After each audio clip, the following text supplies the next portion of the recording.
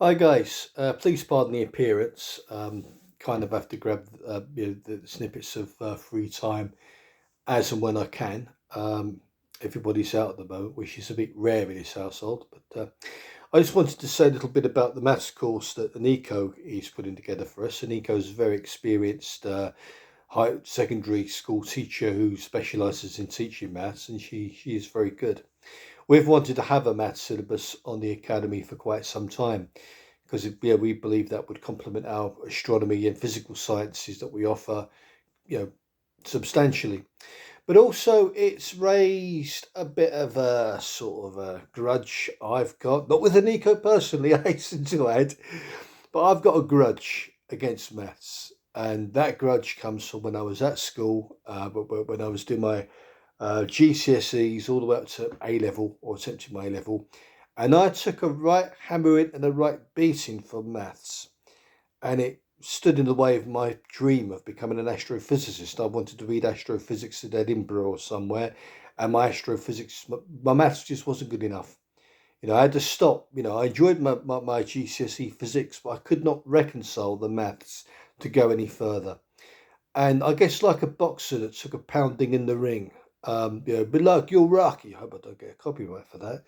Um, I've I've wondered for years, you know, have I failed here because of shoddy teaching?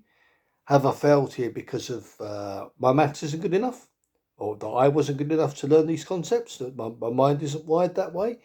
Did I fail because back then we never had the internet, we never had the access to help that we have these days? I mean, back in those days, you only had W.H. Smiths or Foyles, or failing that, find somebody who might help you. Who, in my case, I wasn't particularly liked, so that was off the menu. But that was it. We didn't have Google to Google anything, and the Encyclopedia Britannica was way too expensive, and a lot of books to stick in the average house. So here I am. I'm sat here asking the question I have asked for decades. If I was to revisit some of this maths now, could I do better than I did back then? So, I've got a standard GCSE, what we call intermediate level maths, as it was called back then. I don't believe there's a foundation level maths now. I understand there's only intermediate and there's high level maths. So I'm sat here wondering, all this maths that knocked me into the canvas back then. Now here I am, 20, 25 years on. I'm 50 now, near enough. Is that reasonable to say? Probably a bit longer back than that when I wasn't taking my exams at 25. Let's say 35 years ago, thereabouts. Yeah, maths isn't that good yet, is it? But my question is, how would I get on now? If I looked at some of these concepts, how would I manage now? So I'm going to be following through this course with an eco, and I'm going to be the maths stunts, and I'm going to be seeing if all these mathematical formulae that look like they're rocket science, that only the likes of Albert Einstein or Professor Stephen Hawkins or Isaac Newton could conjure, are they as complicated as all that, or is there a little key that you can open a door where you can go in and start from all the foundations and gradually climb up Mount Everest and get to the point where that lot makes some sense? That is what I'm doing. So far, I'm encouraged by my progress. I mean, I've looked at I've looked at the trigonomic ratios, cosine, sine, and tangent. That makes sense because I saw a YouTube video on it, and they make sense. And Nico's just done a nice video that explains all those ratios, plus the ones I met at A level, and well, they make sense. So I'm slowly but surely wondering, obviously I'm not going to make some professor at some university in astrophysics now, but I'm wondering whether I could do it. I'm wondering whether I could do it.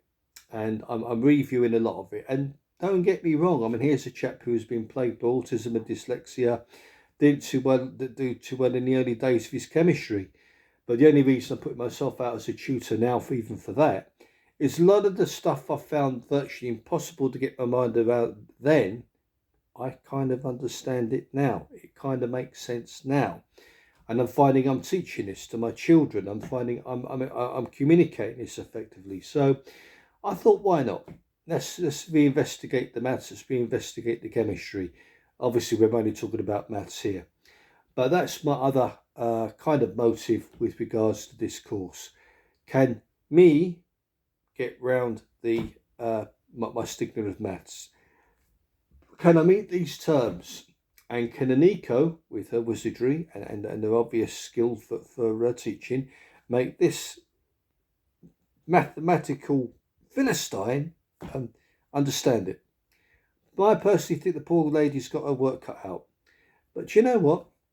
I'd like to at least leave this planet knowing whether it was just the conditions that made it impossible for me to master maths, poor teachers, poor resources, lack of the internet, or whether it really was just me, or maybe a mixture of both. But either way, going to give it a go. What have I got to lose apart from time and sanity, after all? So bear with me, and who knows, you could well be one of those who, like me, was a mathematical dunce and has wondered after all these years of licking your wounds and missing out on your chosen career because of that, whether you could step back up and have another go. So, yo, Ruck, I'm going to get back off the ropes now, putting my gloves back on, and I'm coming out swinging. So let's see how we get on, and let's hope we see you on the other side. As mathematicians, maybe. No, I'm not that ambitious. No. See you later.